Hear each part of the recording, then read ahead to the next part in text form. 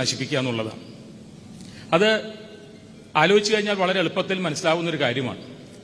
ഒരു കൺട്രിയിൽ ചിലപ്പോൾ ഏറ്റവും വലിയ റോഡുകളും ഏറ്റവും വലിയ ഇൻഫ്രാസ്ട്രക്ചറും ഏറ്റവും വലിയ ബിൽഡിങ്സും ഒക്കെ നമ്മൾ കാണുമായിരിക്കും.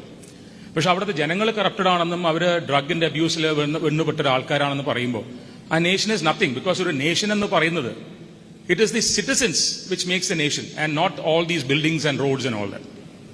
അപ്പോൾ ഒരു ജനറേഷനെ നശിപ്പിക്കാൻ എളുപ്പ വഴി എന്താ? അവരെ ഈ വക തെറ്റായിട്ടുള്ള വഴികളിലേക്ക് അവരെ നയിച്ചുകൊണ്ട്.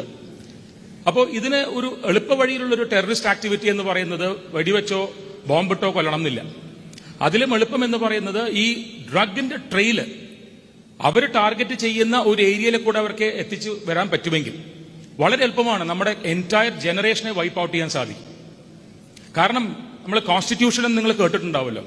നമ്മുടെ ഏറ്റവും വലിയ നിയമമാണ് ഇന്ത്യൻ കോൺസ്റ്റിറ്റ്യൂഷൻ. കോൺസ്റ്റിറ്റ്യൂഷനിൽ എല്ലാവരും